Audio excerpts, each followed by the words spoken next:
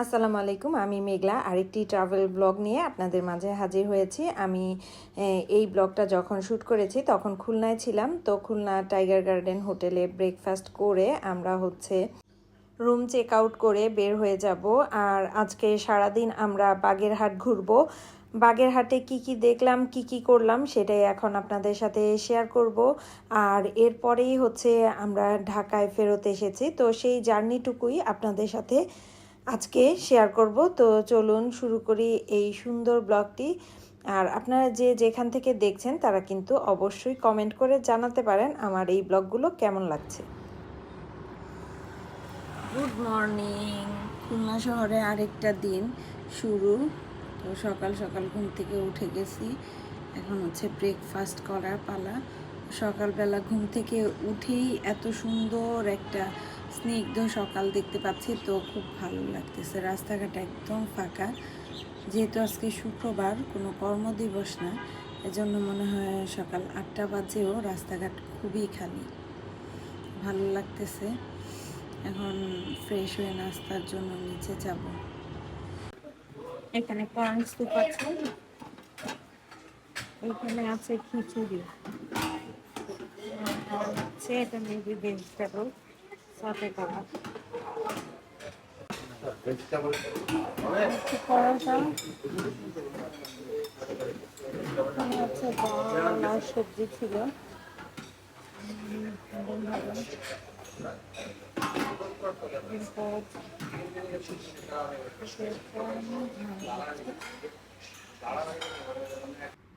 আমরা যে হোটেলটাতে ছিলাম সেখানে কমপ্লিমেন্টারি ব্রেকফাস্ট ছিল।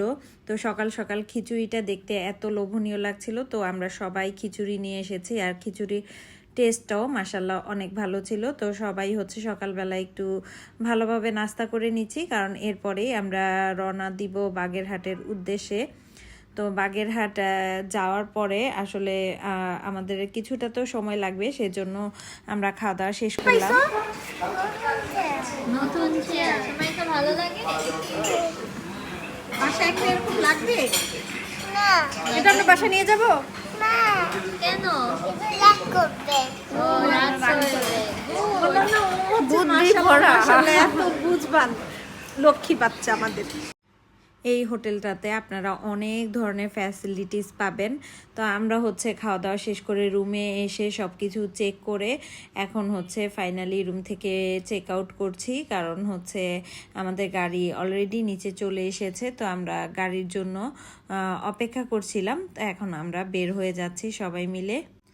আমরা সারাদিন এই গাড়িতে করে বাগেরহাট ঘুরবো, আর এরপর আমরা ঢাকায় ব্যাক করব। এজন্য সারাদিনের জন্য এই গাড়িটাকে বুক করা হয়েছে। আর আমরা যেহেতু সংখ্যায় মাশাল্লাহ মানুষ সবাই অনেক বেশি, অর্থাৎ আমরা 8 জন ছিলাম টোটাল। তো আমাদের জন্য বড় গাড়ি প্রয়োজন ছিল, কারণ আমাদের ব্যাগও ছিল সাথে, সেজন্য একটু বড় গাড়ি নেওয়া হয়েছে যাতে করে আমরা রিল্যাক্সভাবে যেতে পারি। তো বিসমিল্লাহ বলে আমরা যাত্রা শুরু করলাম। আর কিছুক্ষণ পরেই খানজাহান আলী যে ব্রিজ, সেই ব্রিজের উপর দিয়ে যাচ্ছিলাম। তো আমার হাজব্যান্ড আমাদেরকে বলছিল যে এই ব্রিজের নিচ থেকেই গতকালকে আমরা লঞ্চে করে গিয়েছিলাম। তো এই জায়গাটা দেখতে ভালোই লাগছিল দূর থেকে, আর খুব কুয়াশাচ্ছন্ন ছিল। এর কাছে সবাই এখন একসাথে ঘুমাচ্ছে সব। এখন আমরা বারাকপুর বাজারে আসছি। এখানে নামাজের পরে পাবেন না। হ্যাঁ, নামাজের পরে পাবেন। আমরা যার গাড়িতে এসেছি উনি আমাদেরকে এই আড়তটাতে নিয়ে এসেছে। এই আড়তটার নাম বারাকপুর আড়ত। তো এখান থেকে আমরা কিছু চিংড়ি কিনবো। খুলনায় এসেছি আর খুলনার সিগনেচার পণ্য কিনবো না তা তো হয় না, তাই আমরা আড়ত থেকে মাছ নিয়ে যাওয়ার প্ল্যান করেছিলাম। তো আমাদের ড্রাইভার যিনি, তো উনি এখানে নিয়ে এসেছে একদম ফ্রেশ চিংড়ি, আর চিংড়িগুলো লাফাচ্ছিল যখন কিনতে গিয়েছিল। আর আমরা এই বক্সে করেই কিন্তু অনেকগুলো মাছ কিনে নিয়ে এসেছিলাম। এরপর আমরা চলে এসেছি 7 গম্বুজ মসজিদে। আর এই বারাকপুর বাজারটা 7 গম্বুজ মসজিদের খুবই কাছাকাছি, 5 মিনিটের দূরত্বে। তো আমরা এখন টিকিট কেটে নিলাম এখানকার। যেহেতু ষাট গম্বুজ মসজিদটা একটা ওয়ার্ল্ড হেরিটেজ সাইটের অংশ, তাই এটা কিন্তু সংরক্ষণের দায়িত্ব আমাদের প্রত্যেকেরই। তো এখানে আমাদের পার পার্সনের টিকিট পড়েছিল 30 টাকা করে। আমি টিকিটের মূল্যটা আপনাদেরকে একটু আগেই দেখিয়ে দিয়েছি। আর এখানে খুব সুন্দর করে কিছু কথা বোর্ডে লেখা আছে, তো কথাগুলো পড়তেও আসলে ভীষণ ভালো লাগছিল। আর দূর থেকে যখন ষাট গম্বুজ মসজিদটা দেখছিলাম খুবই ভালো লাগছিল, কারণ সব সময় হচ্ছে বইতে দেখেছি ঠিক এরকম একটা সিনারিতে, বাট আজকে চোখের সামনে দেখছি, তো এটা একটা অন্যরকম ভালো লাগা কাজ করছিল। ষাট গম্বুজ মসজিদ কিন্তু আমাদের দেশের জন্য খুবই ঐতিহ্যবাহী একটা জিনিস, যেটা কিনা দেখার জন্য দূর দূরান্ত থেকে মানুষ আসে, এমনকি বিদেশি পর্যটকও এখানে চলে আসে। أشهد أن لا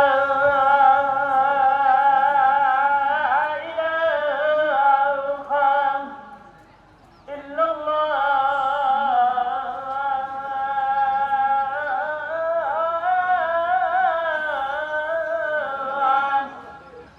আমরা যখন এখানে এসে পৌঁছেছি তখন হচ্ছে জুম্মার নামাজের আজান হচ্ছিল, আর আজানটা শুনতেও ভীষণ ভালো লাগছিল। এজন্য কিছুটা অংশ আমি এখানে রেখে দিলাম আপনাদের জন্য। আর এখানকার মসজিদটাতে কিন্তু 60টা গম্বুজ নেই। এই মসজিদে মূলত 77টি গম্বুজ আছে, এবং চার কোনায় যে লম্বা গম্বুজগুলো দেখতে পাচ্ছেন এই চারটা ধরে 81টা গম্বুজ রয়েছে। লোকমুখে এটা কালের বিবর্তনে পরিবর্তন হয়ে এই মসজিদের নাম হয়ে গিয়েছে 60 গম্বুজ মসজিদ। এই মসজিদটা মূলত নির্মাণ করেছিলেন খানজাহান আলী। উনি তৎকালীন খুলনার গভর্নর ছিলেন, তো উনি এই মসজিদটা নির্মাণ করেছেন, যেটা কিনা বর্তমানে সাংস্কৃতিক ক্ষেত্রে আমাদের খুবই জনপ্রিয় বা হচ্ছে ঐতিহাসিক একটা মসজিদ।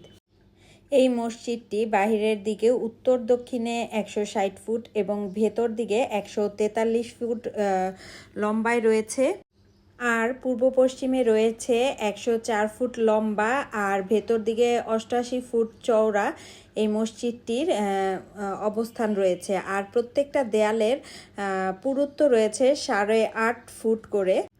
এই মসজিদের অপূর্ব নির্মাণ শৈলী আপনাদের চোখকে মুগ্ধ করতে বাধ্য।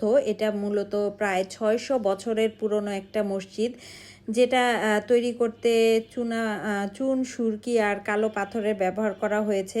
তবে এখনও মসজিদটি দাঁড়িয়ে আছে খুবই সুন্দরভাবে। এটা 1442 থেকে 1459-এর মধ্যে নির্মাণ করা হয়েছিল।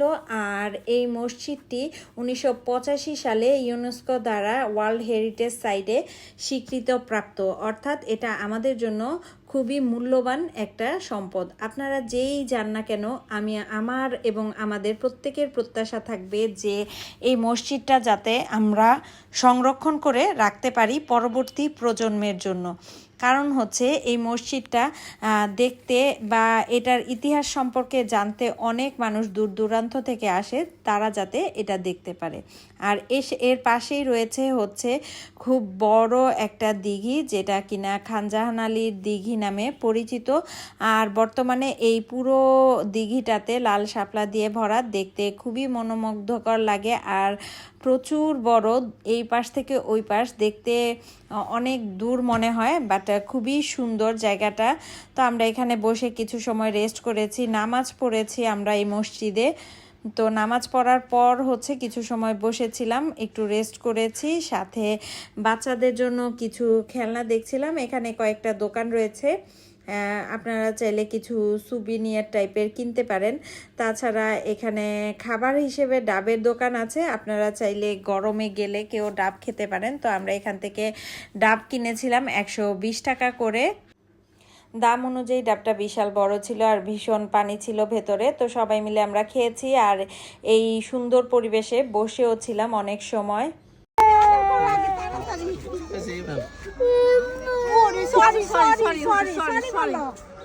আচ্ছা সরি, চলো আমরা একটা খেলনা কিনে আসো। আমার এই হাড়ি পাতিলের সেটটা পছন্দ হয়েছে, এখন আমি এটা কিনবো বাচ্চাদের মতো। সুন্দর। আমরা তারপর এখান থেকে বের হয়ে যাচ্ছিলাম। আর এখানে কিন্তু মসজিদের সাথেই হচ্ছে জাদুঘর আছে। তো জাদুঘরটা আসলে 3টায় ওপেন হবে, আমরা অত সময় আর থাকতে পারবো না, সেজন্য আমরা এখান থেকে বের হয়ে গিয়েছি। যেহেতু একদিনেই আমাদের সব কিছু ঘোরার ইচ্ছা, তাই হচ্ছে আমরা এখানে আর দেরি করিনি। আমরা হচ্ছে এখানে খানজাহান আলী রাদিয়াল্লাহুর যে মাজার, সেখানে চলে এসেছি।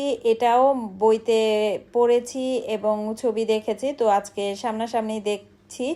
তো তা দেখার জন্য মূলত এখানে আসা। আর খানজাহান আলীর যে দিঘি, যেটা কিনা এই মসজিদের সাথে অনেক নাম করা, এই দিঘিটা আজকে দেখলাম। আর এখানে হচ্ছে অনেকেই অনেক কিছু দেখলাম মানত করে। আর এক সময় এইখানে কুমির ছিল, সাদা পাহাড় আর কালো পাহাড়। তো এই কুমিরগুলো এখন নাই।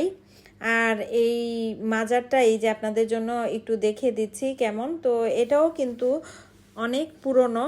খানজাহান আলী রাদিয়াল্লাহু ভারতে জন্ম হলেও উনি বাংলাদেশে এসেছিলেন ধর্ম প্রচারের জন্য বাগেরহাট জেলায়। তো এখানে কিন্তু উনি প্রায় 360টা মসজিদ এবং 360টা দিঘি খনন করে খুবই সুপরিচিত ছিলেন।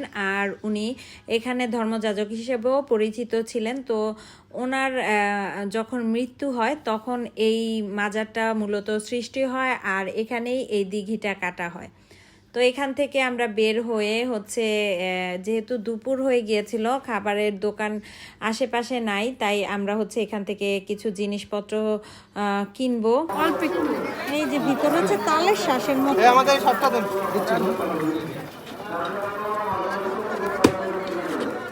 আমরা এখান থেকে গোলপাতার ফল ট্রাই করলাম, আর সাথে কামরাঙ্গা ভর্তা, এছাড়া আরও অনেক কিছু খেয়েছি, ঝালমুড়ি, হাবি জাবি অনেক কিছু। তো খাওয়া দাওয়া শেষ করে আমরা হচ্ছে এখন বের হয়ে যাব। তো মাজারের গেটটা কেমন, ভেতর দিকটা কেমন একটু আপনাদেরকে দেখিয়ে দিচ্ছি। যদিও আমি ভিতরে ক্যামেরা নেইনি বা হচ্ছে ভেতরটা আসলে সেভাবে রেকর্ড করা যায় না। তা আমরা সামনের দিকে আসার পরে এখানে হচ্ছে দোকান দেখতে পেলাম জিনিসপত্রের। তো এগুলোই আমরা দেখছিলাম। এখানে ছোট ছোট অনেক জিনিসপত্র রয়েছে, আর 100 টাকা করে সব জিনিসের প্রাইস। আমরাও খাইছি মুড়ি বাতাসা। আগে গ্রামে গেলে বিশেষ করে দিত, ওই যে মসজিদ থেকে বাতাসা দিত না, মিলাদের বাতাসা।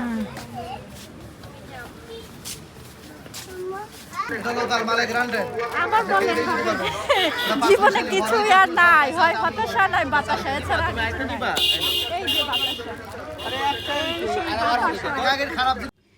আমরা হচ্ছে এরপর এখান থেকে বের হয়ে গেলাম, আর গাড়িতে বাচ্চারা ঘুমিয়ে গেছে। তো আমরা চিংড়ির ঘের দেখতে দেখতে এই খুলনা বাগেরহাট থেকে বের হয়ে যাচ্ছিলাম। তো এরপর আমরা হচ্ছে একটা জায়গায় থামি, আর এখানে খাবার খাওয়ার জন্যই মূলত থেমেছিলাম। এই জায়গাটা হচ্ছে ভাটিয়াপাড়া। তো এই জায়গার একটা হোটেলের সামনে দাঁড়ালাম, আর হোটেল থেকে বাহিরের ভিউটা খুবই সুন্দর। আর এই জায়গাটাতে কাশফুলের একটা বড় বাগান।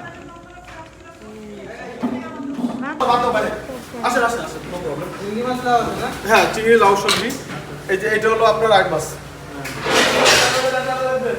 আর এটা হলো আপনার নদীর বোয়াল, এটা নদীর পাঙ্গাস, এটা হচ্ছে বাইন, আর এখানে হচ্ছে বাচ্চা, হ্যাঁ নদীর মাছ, সব বাচ্চা মাছ। আর এখানে হচ্ছে বাইলা মাছ, এটা হচ্ছে বাইলা। আর এটা হচ্ছে দেশি চিকেন, এটা হচ্ছে দেশি চিকেন। আর গরুটা আছে কড়াইতে দিতে। আমরা হচ্ছে ডিরেক্ট কিচেনে ঢুকে গিয়েছিলাম, আর কিচেন থেকে দেখে এসে আমরা অর্ডার করেছি আসলে কি কি খাবো।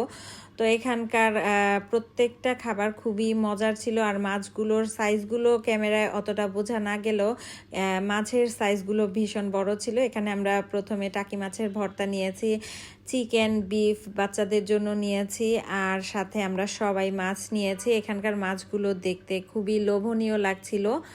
তো এখানে আমি নিয়েছি মূলত বাইলা মাছ, আর হচ্ছে এখানে নেওয়া হয়েছে নদীর পাঙ্গাস, তারপর হচ্ছে আইর মাছ। পাঙ্গাসের পিসটা কত বড় দেখতে পাচ্ছেন। আর এখানে নেওয়া হয়েছে আইর মাছ। তো আইর মাছের পিসটাও কিন্তু বিশাল বড় ছিল। তো খাওয়া দাওয়া শেষ করে আমরা হচ্ছে আবার রওনা দিলাম। আর এখন সন্ধ্যা হয়ে গেছে। তো বাচ্চারা হচ্ছে টম অ্যান্ড জেরি দেখছিল গাড়ির স্ক্রিনে, আর ওরা খুবই মজা পাচ্ছিল। ওদের সাথে সাথে আমরাও দেখছিলাম, কারণ এই কার্টুনটা একমাত্র এমন একটা কার্টুন যেটা এটা বলো, কি দেখে ice cream? সময় পার করা যায় অনেক সময়। সাতবাত চকবাত। চকবাত না, এটা কোন? কমলা বলো কোন আইসক্রিম? তোমাকে কে কিনে দিল এই যে দেখো, এখানে ধরো ধরো, এই তো হ্যাঁ, দাও এটা ধরলাম হ্যাঁ এটা নিবো। এটা তো তুমি খেয়েছো তুমি খাও না, আমি এখন এটা খাবো না, এটা এটা তো তোমাকে এভাবে দেখতে দেখতে আমাদের সুন্দর একটা সুন্দরবনের ট্রিপ শেষ হলো, যেটা কিনা বাগেরহাট জেলা দিয়ে আমরা শেষ করলাম। তো আমার এই সিরিজের ব্লগগুলো আপনাদের কেমন লাগলো অবশ্যই জানাবেন। আজকে এই পর্যন্তই, আল্লাহ হাফেজ।